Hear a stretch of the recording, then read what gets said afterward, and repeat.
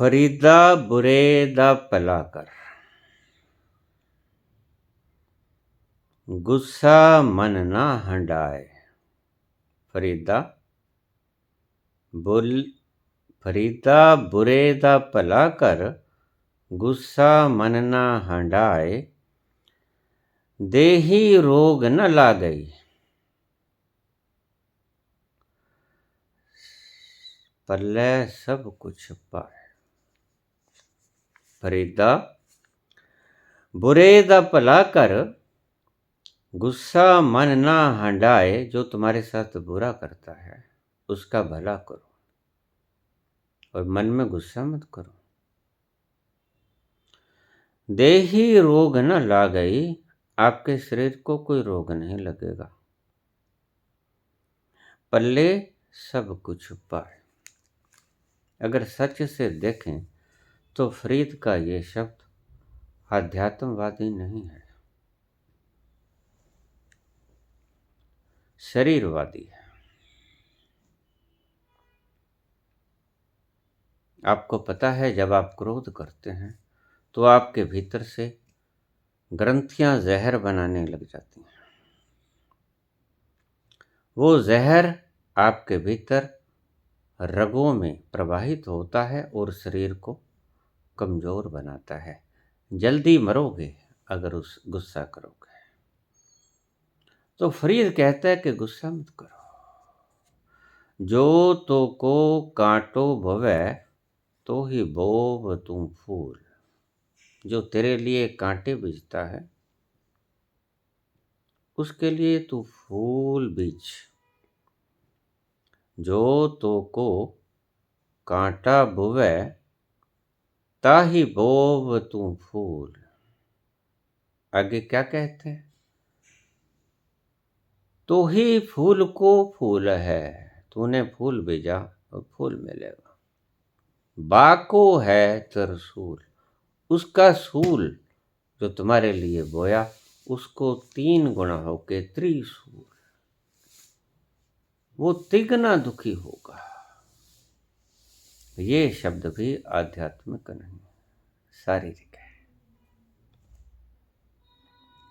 क्यों? मुझसे किसी ने सवाल पूछा था, बड़ा काम का सवाल है। पवित्रता और आध्यात्मिकता में बहुत अंतर है। पवित्रता और धार्मिकता एक ही बात नहीं होती।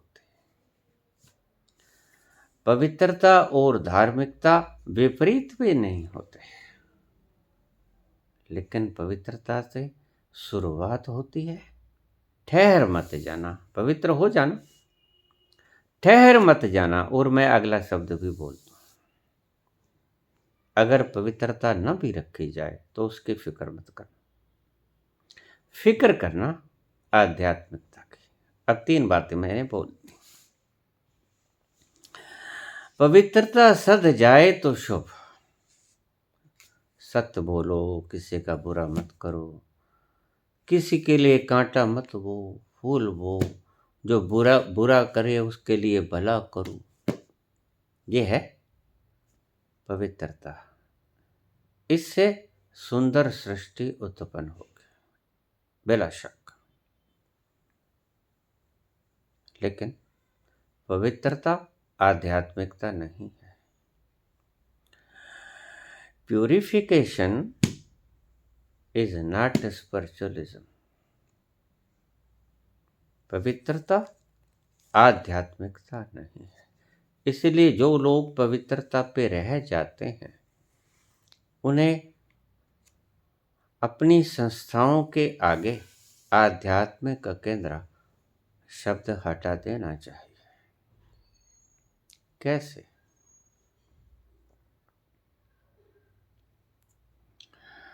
भगवान कृष्ण के होते हुए महाभारत का जंग हुआ। बहुत जगह तुम्हारे शास्त्रों के वचन हमारे अवतार पुरुषों ने तोड़े। क्या क्या गनम तुम भूल जाते हो। तुम्हारे अवतार पहले तो पशु थे, तो छोड़ो, मछली है उसको तो हम खा ही जाते हैं। कच्छप अवतार है, मत्स्य अवतार है, कच्छप अवतार है, नरसिंह अवतार है। इनकी तो बात छोड़ो, सही अवतार हमारे शुरू होते हैं परशुराम से। परशुराम ने अपने पिता जमदग्नि के कहने से अपनी माता रेणुका का सर काट लिया था खुद ही। जिस माता की गर्भ से जन्म लिया उस माता का सर काट लिया पिता के कहने से। इन महापुरुषों का अनुसरण करोगे, हम उसी के औलाद हैं।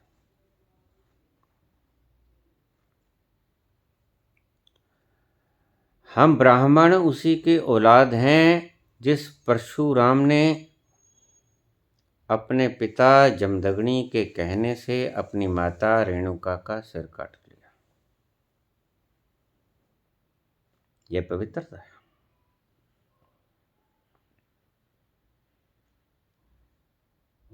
आगे का अवतार कृष्ण अवतार आता है द्वापर में। कहानी है कि ऋषि गौतम की पत्नी अहिल्या बहुत सुंदर थी।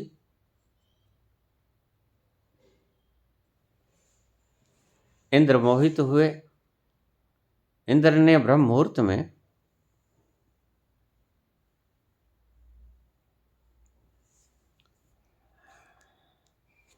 मुर्गा बनकर बांग दी। गौतम ऋषि उठे, क्योंकि ब्रह्म मुहूर्त में उठने के आदी थे ये लोग।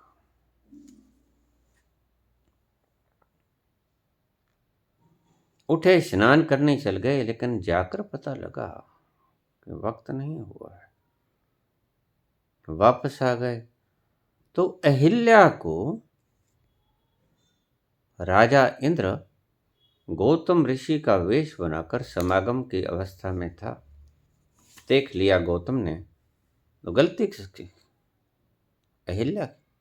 उसे तो पता भी ना था। उसने पूछा कि स्वामी आज इतनी जल्दी क्यों आ गए? लेकिन इंद्र कुछ न बोला। इंद्र उसके साथ समागम करने लग गया। और फिर जब गौतम को पता चला तो गौतम ने श्राप दिया अहिल्या को। अहिल्या का कसूर क्या है आज तक नहीं कोई बता पाया। जा, तू शिलावत हो जा। हो गए। पूछा है किसी ने, सवाल में से मैं कई जवाब दे देता हूं कि क्या ऐसा हो सकता है? हो सकता है। अगर कोई व्यक्ति सुपर अनकॉन्शियस में जाकर किसी को श्राप दे दे तो वो पूर्ण हो जाता है। कॉस्मिक अनकॉन्शियस में जाकर, क्योंकि उसके पास शक्ति होती है कॉस्मिक, लेकिन वो शक्ति बुरे के लिए काम आती है। अनकॉन्शियस, जैसे कोई शक्ति अंकुश के बिना निरंकुश घूम रही हो, वो होती है कॉस्मिक अनकॉन्शियस। ज्ञान तो नहीं होता उसे, होती तो वो अज्ञानता की वशीभूति है, अनकॉन्शियस। लेकिन होती कॉन्शियस से बहुत ज्यादा होती है। अगर कोई व्यक्ति कॉस्मिक अनकॉन्शियस में उतरना शुरू हो गया तो ऐसे व्यक्तियों से दूरी बना कर रहना। न जाने किस बात पर वो दुखी हो जाए, लेकिन शक्ति है उनके पास। और पागल है वो लोग, अनकॉन्शियस। अनकॉन्शियसनेस में अगर शक्ति आ जाएगी, जैसे शराब पिला के व्यक्ति के हाथ में पिस्तौल दे दी जाए, तो शुभ नहीं करेगा, अशुभ करेगा। ज्यादा संभावना है। कॉस्मिक अनकॉन्शियस माइंड में जाकर व्यक्ति शराब दे सकता है। और दूसरा सवाल मुझसे पूछा है कि वरदान कॉस्मिक कॉन्शियसनेस में जाकर, चौथा मनो अवस्था, उसमें जाकर व्यक्ति वरदान दे सकता है। वो क्योंकि शुभ ही शुभ सोचेगा। मुझसे बहुत व्यक्ति पूछ लेते हैं कि दुर्वासा ने शराब दी है। नहीं, ऐसा नहीं है। दुर्वासा ने वरदान भी बहुत दिए। माता कुंती को जो पूजा करके किसी भी महान पुरुष को बुलाना, ये शराब थोड़े है, वरदान है। किसी भी देवता की पूजा करे और जिस चीज से पूजा करे वो सूत्र उसे दे दिया गया, और कुंती ने कौतूहल वश उसको आजमाना चाहा। आजमाने के चक्कर में कुंती फंस गई। सूर्य की आराधना की, सूर्य प्रकट हो गए। अब भगवान सूर्य तो ऐसे कि जब आ ही गए हैं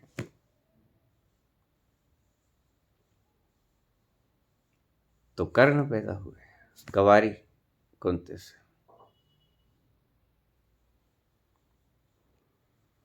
तो ऐसा नहीं है कि शराब ही शराब दिए हों। हाँ, ज्यादा शराब दिए इसीलिए उनका नाम दुर्वाचा से बिगड़ के दुर्वासा हमने रख दिया। लेकिन दुर्वचन ही बोले उन्होंने, जब भी बोले थे सुपर कॉन्शियस में से। लेकिन ध्यान रखना कि कॉन्शियस से अनकॉन्शियस और अनकॉन्शियस से कॉस्मिक अनकॉन्शियस और कॉस्मिक अनकॉन्शियस से कॉस्मिक कॉन्शियस तक पहुंचना मुश्किल है, लेकिन उल्टे जाना बड़ा आसान है। कॉस्मिक कॉन्शियस से आप छलांग लगा के एक क्षण में कॉस्मिक अनकॉन्शियस में आ सकते हो, और कॉस्मिक अनकॉन्शियस से अनकॉन्शियस में छोटी सी छलांग एक क्षण में आ सकते हो, और अनकॉन्शियस से आप एक छलांग लगा के कॉन्शियस में आ जाते हो। जब तुम सोए पड़े को कोई जगाता है, थोड़ा सा हिलाता है, तुम फौरन जाग जाते हो, कॉन्शियस में आ गए। अनकॉन्शियस में थे लेकिन थोड़ा सा हिलाया आपको और आप जाग जाते हैं, कॉन्शियस में आ जाते हैं। लेकिन कॉन्शियस से अनकॉन्शियस जाने के लिए थोड़ा प्रयास करना पड़ता है। देखिए, आप क्रिया योग करते हैं, श्वास क्रिया करते हैं, तो अनकॉन्शियस में पहुंचते हैं। मेहनत करनी पड़ती है, लेकिन अनकॉन्शियस में से कॉन्शियस में आने के लिए कोई मेहनत नहीं करनी पड़ती, क्योंकि वो आपका तल है। तो इसी तरह से वो संत थे, इसमें कोई शंका नहीं। जो कॉस्मिक कॉन्शियस के लेवल को छू गया, उसे पता चल गया कि मैं कौन। तो कॉस्मिक कॉन्शियस से कॉस्मिक अनकॉन्शियस में वो एक क्षण में आ जाता है, और फिर वहां से अनकॉन्शियस, और फिर वहां से कॉन्शियस। क्षण क्षण में अपना गियर बदल लेता है। जैसे ड्राइवर एक क्षण में सारे गियर बदल लेता है, बैक भी लगा सकता है, और पहला, दूसरा, तीसरा, चौथा, पांचवा, जितने भी हैं लगा सकता है। लेकिन ट्रेंड व्यक्ति तो ऐसा कर सकता है, जिसने साधना करके सारे के सारे तल छू लिए, वो बैक तो आराम से आ जाएगा, लेकिन सीधे सीधे इन चारों तलों को छूना बहुत वक्त मांगता है, बहुत शक्ति मांगता है। तो ऐसा नहीं है कि दुर्वासा ने सिर्फ दुर्वचन ही कहे हों, उन्होंने अच्छे वचन भी कहे हैं। शराब पीने दिए, उन्होंने वरदान भी दिए हैं। यद्यपि कृष्ण का कुल दुर्वासा ने नष्ट किया, इसलिए डरते थे उनसे कि कहीं ये श्राप ना दे। इसका क्या पता है, तो दूर से ही नमस्कार करके चले जाते थे। जो आशीर्वाद देता है हम उसके चरण छूते हैं, कि नहीं आशीर्वाद दिया तो कम से कम दुर्वचन तो नहीं बोलेगा। तो पूछा है कि पवित्रता और आध्यात्मिकता क्या एक नहीं है? नहीं नहीं नहीं, एक नहीं है। वर्ण मैं विरोधी न कहूंगा, इतना ही बहुत है। लेकिन एक बात बता दूं कि अगर आप में प्योरिटी ना होगी तो आप आध्यात्मिक हो सकते हो। शायद आपके लिए नई बात हो, या किसी संत ने आपको ना बताई हो, या आप पहली बार ये बात सुन रहे हो, लेकिन यह सत्य है। आपने अघोरी संत देखे, अपवित्र रहते हैं लेकिन पहुंचते हैं। देखिए, अब आपको मैं सूत्र बताता हूं। शरीर की किसी भी अवस्था से अध्यात्म का कोई लेना देना ही नहीं। अब ये जो लोग आपको आसन सिखाते हैं, हलासन कर लो, सर्वंगासन कर लो, मयूरासन कर लो, भुजंगासन कर लो, शीर्षासन कर लो, 84 आसन है। 84 आसन क्या है? 84 लाख आसन है। कितने ही किए जाओ, चक्रासन कर लो, मयूरासन कर लो, कितना ही कर लो, सब कुछ मैंने किया है। ये झक मैंने मारी हुई है। बहुत वक्त मैंने खराब भी किया है। मैं आज सोचता हूं कि मैंने 23 वर्ष गाल दिए। ये काम मेरा 6 वर्ष में हो सकता था, 7 या 6 वर्ष में आराम से कर सकता है। 16 या 17 वर्ष मैंने फालतू की चीजों पे बेकार किया है। शमशान की क्रियाओं में मैंने 700 सिद्धियां सीखी तो, लेकिन मैं समझता हूं कि इन सिद्धियों का मैं क्या करूं।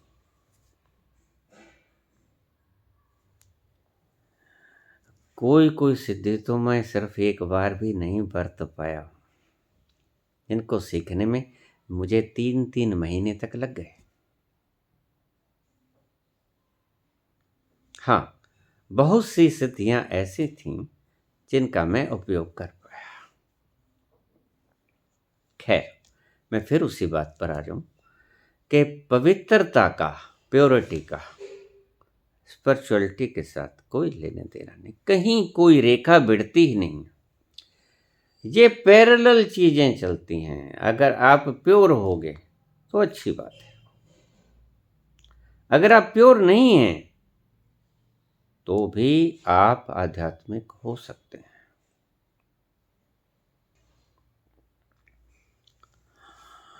महावीर और पतंजलि क्या सिखाते हैं आपको? पवित्र होना।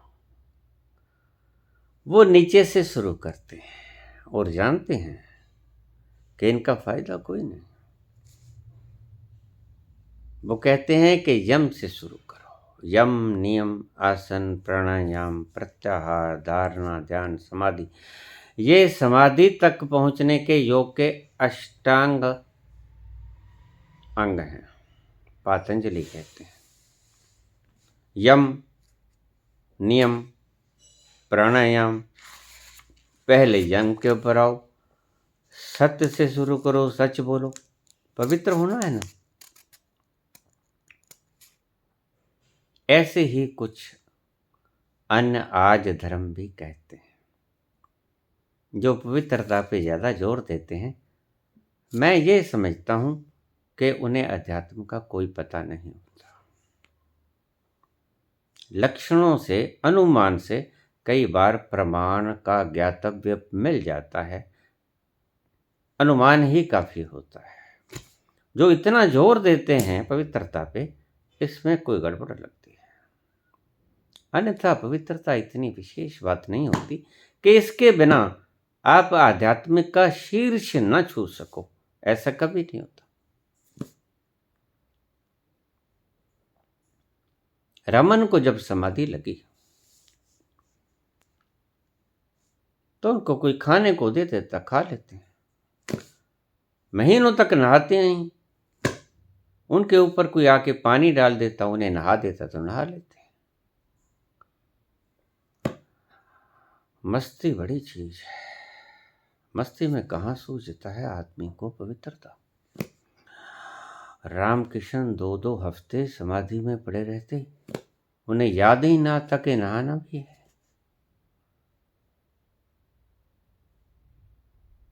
अगर पवित्रता और आध्यात्मिकता में से एक चुनना पड़े तो आध्यात्मिकता को चुन लेना, क्योंकि पवित्रता आपको कहीं नहीं लेके जाएगी। शरीर शुद्धि ही तो है। शरीर शुद्धि है, मन शुद्धि है, विचारों को शुद्ध कर लो, शरीर को शुद्ध कर लो। ये बात अलग है कि अगर आपके पास साधन है, शरीर भी शुद्ध रह सकता है और आप आध्यात्मिकता को भी पा सकते हो, तो फिर आप दोनों को चलाना। लेकिन मैं ये कहता हूं कि अगर दोनों में से एक को चुनना पड़े तो आध्यात्मिकता को चुन लेना, क्योंकि नहाने में इतना आनंद कभी नहीं आएगा जितना समाधि में निरंतर आएगा और कभी ना टूटने वाला आएगा। आध्यात्मिकता की समाधि का आनंद अखंड होगा। बस वो एक बार लग गया, फिर नहाते रहो। एनलाइटेंड होने के बाद आप नहर में ही कूदते रहो, कोई फर्क नहीं पड़ेगा।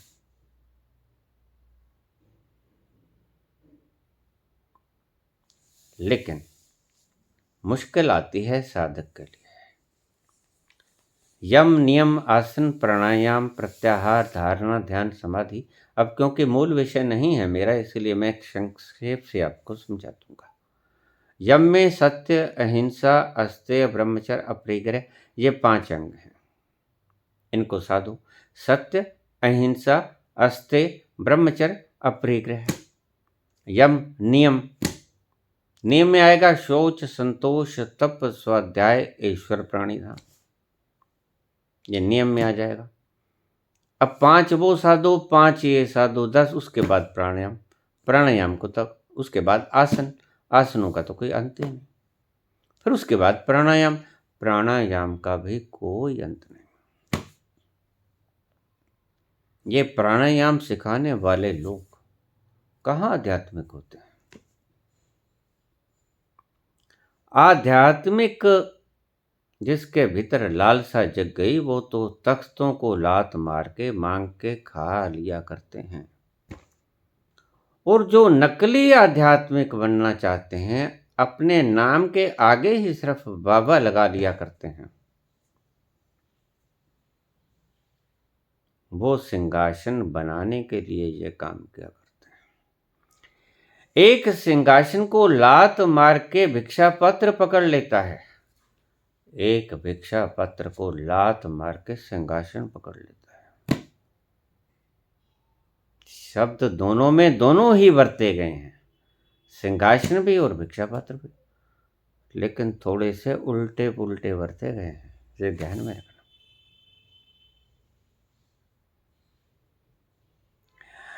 अगर सिंहासन को लात मार के बुद्ध जाके जंगल में व्यापार करने लगते तो फिर तो बात कहीं बदली ना थी। लेकिन अगर बाबा के नाम पर कोई व्यक्ति व्यापार करे, ये थोड़ा जचती नहीं बात, थोड़ा क्या पूरी ही नहीं जचती बात।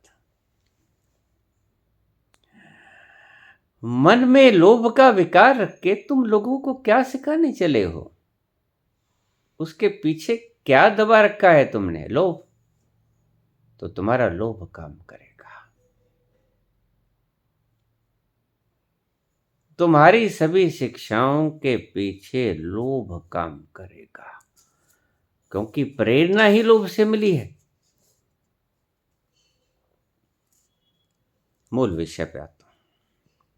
फिर प्राणायाम, फिर प्रत्याहार, धारणा, ध्यान, समाधि, आत्मा। महावीर भी यही कहते हैं, सत्य, अहिंसा, अस्तेय, ब्रह्मचर्य, परिग्रह। ऐसे ही महावीर भी चलते हैं, ऐसे ही पातंजलि भी चलते हैं। थोड़ा बहुत भेद है, सूक्ष्म, लेकिन क्योंकि अभी मूल विषय नहीं है, इसलिए मैं अपने विषय पे आऊंगा। मैं कहता हूं कि पवित्रता अगर छूटे तो छोड़ देना, बशर्ते के आध्यात्मिकता मिलती हो। आध्यात्मिकता के कारण पवित्रता भंग होती हो जाने देना, जरा भी चिंता मत करना इस बात के लिए कि हाय मेरी पवित्रता भंग हो गई। मैंने एक ब्राह्मण देव देखे, वो सुबह जब तक नहाते हैं तब पाठ पूजा नहीं करते थे। मैं एक दिन उससे पूछ लिया कि क्या बात पंडित जी, आपने आरती नहीं किया? कहते मैं नहाया नहीं हूं। मैंने कहा कहाँ आरती, कहाँ स्नान, ये तो दोनों चीजें अलग अलग हैं। बल्कि सही पूछो तो तुमने तो विपरीत ही कर दी। तुम बिना नहाए ही आर्त स्वर में पुकारो उसे। आरती का अर्थ क्या होता है? आर्त स्वर में, दुखी स्वर में, ईश्वर से, करुणामय स्वर में ईश्वर से पुकार करना। वो तो नहीं देखता कि तुमने स्नान किया कि नहीं किया, वो तुम्हारी पुकार देखता है, कितनी गहरे हृदय से, विदित हृदय से आई।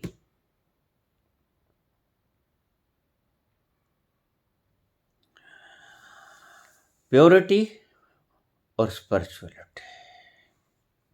महावीर कहते हैं, पातंजलि कहते हैं कि प्योरिटी को साधो फिर आध्यात्म में जाओ।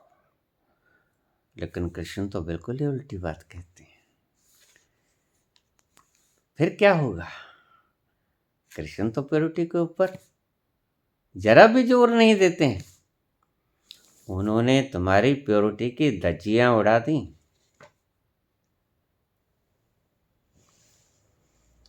जिस प्योरिटी की बात आप करते हो, कृष्ण आपका कुछ नहीं मानते, हाथ हिला देते हैं। वो कहते मैं नहीं मानूंगा, क्योंकि मैं जानता हूं कि इन चीजों में, इन आपकी बनाई हुई रस्मों में सिर्फ रस्में हैं, ये बेहुदा रस्में हैं, गलत है, मैं नहीं मानूंगा।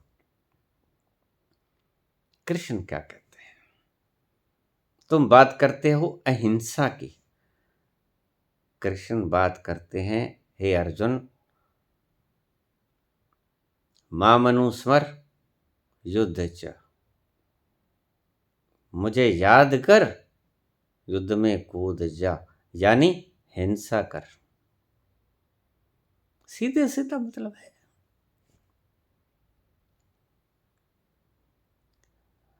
सीधा सीधा मतलब है कि तू इनको मार दे। कहां गई तुम्हारी हिंसा अहिंसा? कहां माना उसने? तुम कहते हो सत्य, सबसे पहला पहला तुम्हारा अंग है अष्टांग योग में। पातंजलि के यम का प्रथम प्रथम जो भाग आता है वो होता है सत्य। सत्य, अहिंसा, अस्तेय, ब्रह्मचर्य, अपरिग्रह, सत्य। लेकिन कृष्ण तो ये बात नहीं कहते। कृष्ण युधिष्ठिर से कहते हैं, सत्यवादी युधिष्ठिर से, कि तू झूठ बोल। युधिष्ठिर कहता है कि प्रभु मैं तो ना बोल सकूंगा। उसने कहा फिर तू हार जा। हारना भी नहीं चाहता, फिर क्या करे? फिर कृष्ण ने नीति अपनाई, हाथी का नाम अश्वत्थामा रखा। भीम ने गदा प्रहार किया, अश्वत्थामा हाथी मारा गया, और ये योजना बनाई गई, युधिष्ठिर मान गया। अब भला अगर आप गौर से, सूक्ष्मता से विचार करोगे तो जिस बात का पता है युधिष्ठिर को कि ये बात झूठ है, तो सत्यवादी कहाँ रह गया? परोक्ष रूप से तो झूठा ही हो गया। जब वो द्रोणाचार्य के आगे कहता है, उसके सामने जाके कहता है, हतो अश्वत्थामा गजो वानरो। वो हाथी था कि आदमी था ये तो नहीं कह सकता मैं, लेकिन अश्वत्थामा मारा गया। और जब उन्होंने कहा गजो कि वा नरो, तो उन्होंने ढोल नगाड़े खड़का दिए। वो द्रोणाचार्य को सुना ही नहीं। तो ये कैसा सत्य हुआ जिसकी पृष्ठभूमि में असत्य विराजमान है? तो इससे अच्छा तो सीधा ही बोल देता, गजो किंवा नरो बोलने की आवश्यकता ही नहीं थी। लेकिन ये बेईमानी है सत्य के साथ। ऐसे हैं तुम्हारे सत्यवादी, शब्दों की शुचिता में छुपा लेते हैं अशुचिता सत्य की। सत्य की अशुचिता शब्दों की शुचिता में समा लेती है। जरा गौर से समझ लेना बात को। युधिष्ठिर ने भी ऐसे ही किया। कृष्ण कहते हैं कि इनको मार दे। कृष्ण कहता है, उसे पता है कि मेरी भी इसमें 7 अक्षौहिणी सेना है। भगवान कृष्ण के पास दोनों गए थे। दुर्योधन ने सेना मांग ली, अर्जुन ने कृष्ण मांग ली। देखिए, जाको मैं दारुण दुख देही ताकि मत पहले हर ले। अग्र पूजा के वक्त इंद्रप्रस्थ में उसने जो दृश्य देखा कि शिशुपाल की गर्दन उड़ा दी कृष्ण ने। बहुत से चमत्कार उसने अपने आंखों से देखते हुए भी जाके क्या मांगा कृष्ण से? सेना। अब ये मत ही तो फिर गए ना। तो ठीक कहते हैं भगवान कृष्ण, जाको मैं दारुण दुख देही ताकि मत पहले हर ले। ये दृश्य उसने अपनी आंखों से देखा। भरी सभा में शिशुपाल का सुदर्शन चक्र से सिर कटता हुआ, और ये देख के भी उसकी मत के भीतर सुधार न हुआ। कृष्ण जब बन के गए दूत, शांति दूत, और समझौता ना हो सका, वो कहने लगे कि सिर्फ 5 गांव ही दे दे।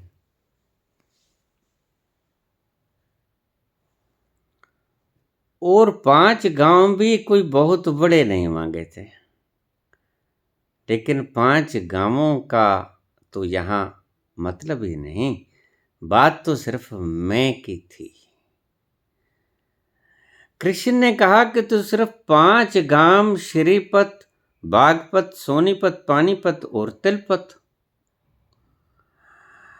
श्रीपत जिसे सिही कह देते हैं, बागपत, सोनीपत, पानीपत और तिलपत, ये सभी गांव आज हरियाणा में हैं। ये 5 गांव थे, छोटे छोटे गांव थे। लेकिन दुर्योधन कहने लगा कि मैं इनको सुई की नोक के बराबर जगह नहीं दूंगा। बात ये थी कि मैं ठीक हूं, मैं तो शांति दूत बन के गए, और दुर्योधन ने कहा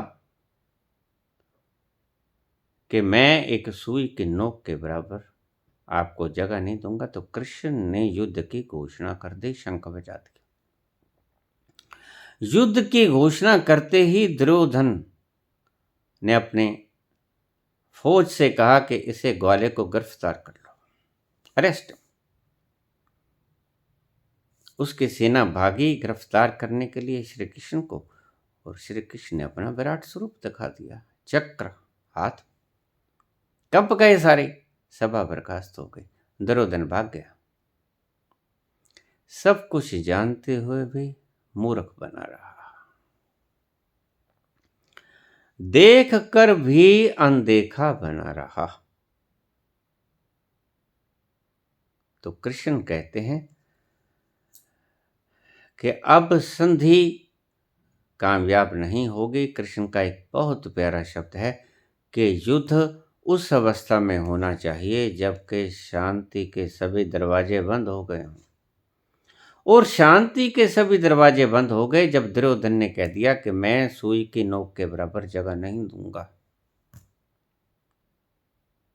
तो कृष्ण ने युद्ध का बिगुल बजा दिया। कृष्ण क्या कहते हैं? कृष्ण पवित्रता की बात ही नहीं करते। कृष्ण बात करते हैं आध्यात्मिकता की।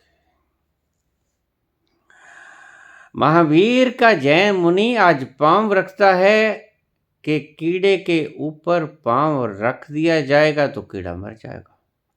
अब यहां बारीक फर्क समझने की चेष्टा करना, क्योंकि इस प्रवचन का करीब करीब संपूर्णता की ओर जा रहा है यह प्रवचन। जैन मुनि धीरे से पांव रखता है कि कोई कीड़ा इस पांव के नीचे आके मर ना जाए। भाव भाव कीड़ा शरीर है, अर्थ मैं भी शरीर हूं। यहां बात समाप्त होती है। महावीर का जैन मुनि अपने आप को शरीर मानता है, इसीलिए तो शरीर को बचाएगा। लेकिन कृष्ण शरीर नहीं मानते। कृष्ण अर्जुन से कहते कि इनको सफा चट कर दे, दर्द दे इनको। फिक्र मत कर मां मनु स्मर, मैं जिम्मेवार हूं, मुझे याद कर। इन्हें मार दे क्यों? क्योंकि नैनम छिन्दन्ति शस्त्राणि नैनम दहति पावका न चैनम क्लेदन्त्यापो न शोषयति मारुतः। यह मर ही नहीं सकते। तू क्लेश मुका दे। न तू मर सकता है, न भीष्म मर सकता है, न द्रोणाचार्य मर सकता है, ना ये सारी अक्षौहिणी सेना मर सकती है। जो मर ही नहीं सकता क्लेश को तो मार दे, और इनके मरने के बिना क्लेश नहीं मरेगा। क्लेश मिटाना है तो इनको मारना पड़ेगा, यद्यपि ये मर ना पाएंगे।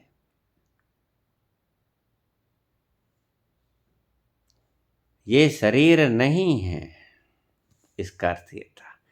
जैन मुनि कहता है कि ये शरीर है, कृष्ण कहते हैं कि ये शरीर नहीं है। जैन मुनि कहता है कि ये शरीर है इसलिए कहीं मर ना जाएं। कृष्ण कहते हैं कि ये शरीर नहीं है, इनको मार दे। क्यों? क्योंकि ये जीते क्लेश करते हैं। जीते अगर क्लेश करते हैं तो क्योंकि ये शरीर है ही नहीं तो इनको अशरीरी करते, कहीं और जन्म ले लेंगे। यहां तो क्लेश करते हैं ये, और क्लेश हम होने नहीं देना चाहते। इसलिए तू शस्त्र उठा और इनको मार दे। कोई तेरा गुरु नहीं है, कोई तेरा पितामह नहीं है, ये सब शरीर के भीतर आत्माएं हैं। यह न मरेंगी, न गलेंगी, न जलेंगी, न सूखेंगी। नैनम छिन्दन्ति शस्त्राणि नैनम दहति पावका न चैनम क्लेदन्त्यापो न शोषयति मारुतः।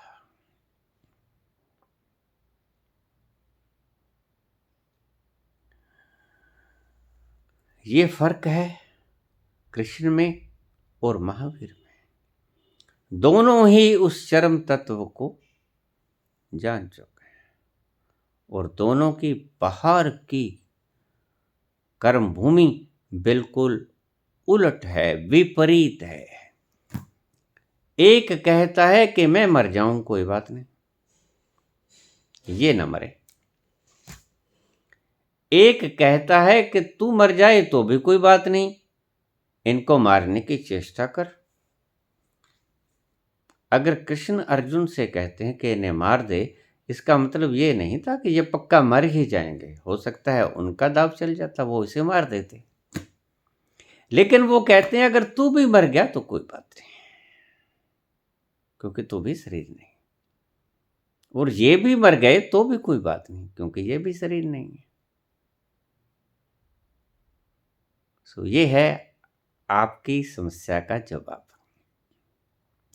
पवित्रता अगर सध जाए आध्यात्मिकता के सधने के भीतर एक छाया की तरह, तो उसे साध लेना।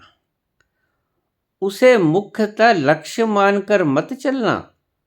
लक्ष्य तो आध्यात्मिकता ही रखना, लक्ष्य तो स्वयं स्वरूप को जानने का ही रखना, उसमें स्नान। अगर पवित्रता अगर सहयोग कर जाए तो भली, और सहयोग न भी करे तो भी भली, लेकिन पवित्रता को लक्ष्य बना के न चलना। आज बहुत से धर्म पवित्रता को लक्ष्य बना के चले हैं। पवित्रता लक्ष्य नहीं है। और दूसरे साइकोलॉजी के ऊपर बहुत से लोग आज क्या बहुत पुराने वक्त से चलते हैं, पाप किए हैं। एक बात को सुन लेना भक्तजनों, पाप भोग के ही कटा करते हैं।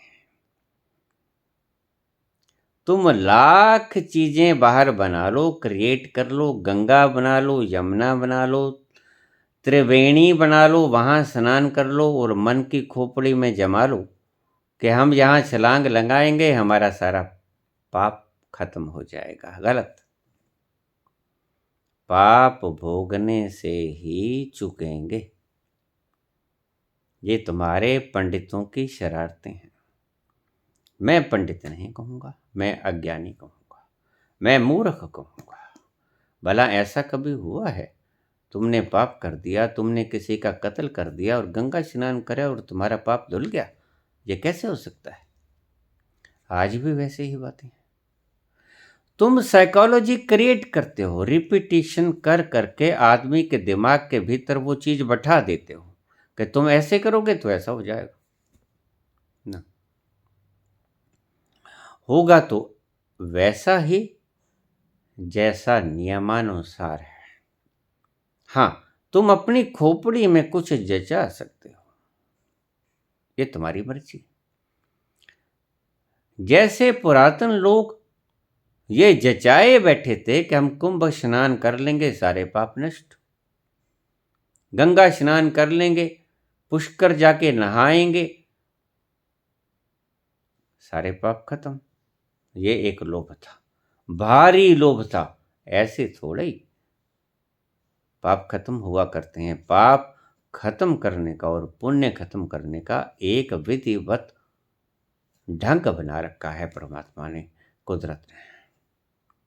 उस ढंग से बाहर तुम लाख कोशिश कर लो, वो समाप्त नहीं होंगे। पाप और पुण्य, पुण्य भी साथ में रखता हूं, भोगने के बिना खत्म नहीं होंगे, भोगने पड़ेंगे। तुम चाहे बाबा जी के पास किसी सचखंड में जाके लोटपोट हो लो, उसके चरणों में एनर्जी ग्रहण करके वापस धरती पे आ जाओ, चाहे तुम उसकी पूजा प्रार्थना कर लो, इससे कुछ नहीं होने वाला। इससे ना तुम पवित्र हो सकते हो, ना तुम आध्यात्मिक हो सकते हो। दोनों चीजों से गए, दुविधा में दोनों गए, माया मिली ना राम। अगर तुमने ऐसी मूर्खताएं पाल ली कि हम जाएंगे बाबा जी की गोद में लौट जाएंगे, एनर्जी फुल हो, एनर्जेटिक हो जाएंगे और स्पिरिचुअलिटी को भी पा जाएंगे, तो गलत है। ये भ्रम त्याग देना, ये सत्य नहीं है। जैसे गंगा में छलांग लगाने से पाप नहीं धुलते, ऐसे ही कोई तुम्हारा बाबा नहीं बैठा है ऊपर जिसके गोद में लौट जाओगे और जिसके गोद में लौट जाओगे और फुल एनर्जेटिक होकर वापस आ जाओगे और फिर संसार के क्रियाकलापों में लग जाओगे। ऐसा कोई बाबा कहीं नहीं है। ऐसा तत्व तो सब जगह ही मौजूद है। ईशावास्यमिदं सर्वं यत्किंच जगत्यां जगत, वो तत्व तो यहाँ भी विद्यमान है, तुम्हारे घर भी विद्यमान है, ऊपर भी विद्यमान है, नीचे पाताल में भी विद्यमान है। उस तत्व को कोई सेपरेट, कोई लोक नहीं है, यह भूल मत कर लेना।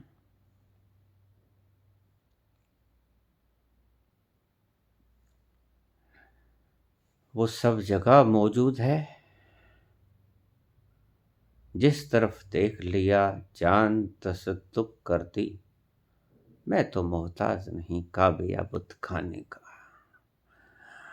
मुझे कोई नहीं, काबा है कि बुत खाना है, मुझे जहां से प्यार छलका ढलका, मैं तो वहीं लेट गया। जिस तरफ देख लिया जान तसद्दुक कर दी, मैं तो मोहताज नहीं काबे या बुत खाने का।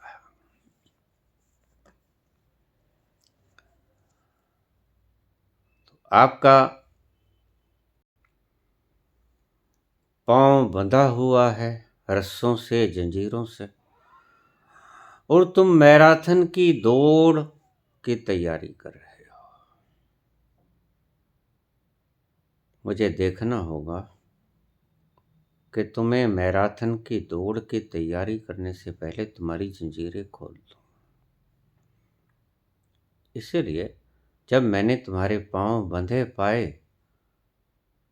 तो उपदेश देने का कोई अर्थ ही नहीं है, हुक्म भी देने का कोई अर्थ नहीं। रेफरी अगर तुमसे कह दे कि दौड़ो, तुम्हारे पांव में जंजीरें हैं, तुम क्या करोगे? नहीं दौड़ सकोगे। इसलिए दीक्षा पहला कदम था, उससे शुरुआत करने जा रहा हूं। धीरज मत खोना, धीरज रखना। तुम्हें बराबर प्रश्नों के उत्तर न भी दूं, क्योंकि मेरा कन्वर्सेशन तुम्हारे साथ नहीं रह पाएगा, लेकिन इस दौरान मैं दीक्षा दूंगा। इस दौरान मैं तुम्हें अपने प्रवचन डालूंगा। प्रवचन तो एक ही दिशा में होते हैं, तुम देख लेना। मेरे जितने भी 100, 150, 200 प्रवचन हुए हैं, सभी की दिशा आखिर आपको उसी तत्व तक लेकर जाएगी। तो मैं किसी भी चीज पे बोल लूंगा, बहुत कुछ बोलने को पड़ा है। अष्टावक्र गीता पढ़ी है, सुंदर से सुंदरतम धार्मिक ग्रंथ। किसी भी चीज को उठा लूंगा, गीता उठा लूंगा, गुरु ग्रंथ साहब उठा लूंगा, कुरान उठा लूंगा, बाइबल उठा लूंगा, मैं कुछ भी उठा लूंगा। आपके पास प्रवचन तो आएंगे, हाँ, आपके प्रश्न नहीं मेरे पास आएंगे। और प्रश्न के साथ साथ आपको आपके प्रश्नों का जवाब वैसे भी मिल जाता है। बहुत से व्यक्ति हैं, मुझे प्रश्न पूछ लेते हैं, घंटे बाद उनका फोन आ जाता है कि जी आपका मेरा उत्तर तो मिल गया, आपकी फलां प्रवचन में इसका उत्तर दिया हुआ है। तो अगर ऐसा हो जाए तो बाकी के प्रवचनों को भी सुन लेना, उनमें से आपको शायद जवाब मिल जाए। लेकिन अगर आपको जवाब फिर भी नहीं मिला है तो कोई बात नहीं, पहले आपकी पाँव की जंजीरें मुझे तोड़ लेने दो। आप भाग तो फिर भी नहीं पाओगे, आपको बता भी दूं तो दौड़ तो आप फिर भी नहीं पाओगे। इसलिए थोड़ा शांति बनाए रखो। जितने प्रवचन मैंने दिए हैं उनको सुनते रहो, आनंद मानते रहो। धन्यवाद।